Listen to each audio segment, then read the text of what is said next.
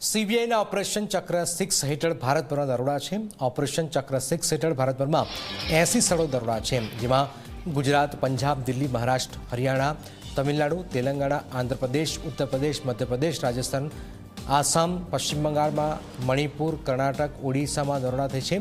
દેશના 16 રાજ્યોમાં 200થી પણ વધુ કેસોને પગલે તપાસનો દોર છે। ચેન્નઈ અને કોલકાતાથી સીબીઆઈએ 2 આરોપીઓની ધરપકડ કરી છે। સીબીઆઈની સાઇટ જેટલી ટીમોએ દેશમાં એક સાથે આ દરોડા પડ્યા છે। શેલ કંપનીઓ બનાવવા તેમજ મ્યુલ એકાઉન્ટ હેન્ડલ કરવા માટે ધરપકડ, 200થી પણ વધુ ડિજિટલ એરેસ્ટના કેસો અંગે સીબીઆઈના દરોડા છે।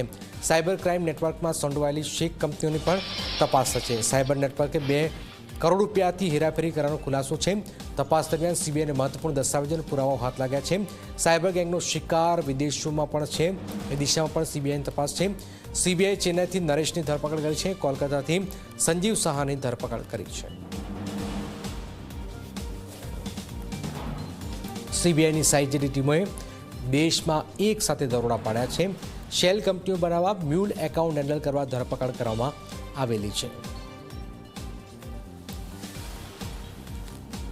200થી પણ વધુ ડિજિટલ એરેસ્ટના કેસો અંગે સીબીઆઈના દરોડા, અલગ અલગ 16 જેટલા રાજ્યોમાં દરોડા પાડવામાં આવ્યા છે।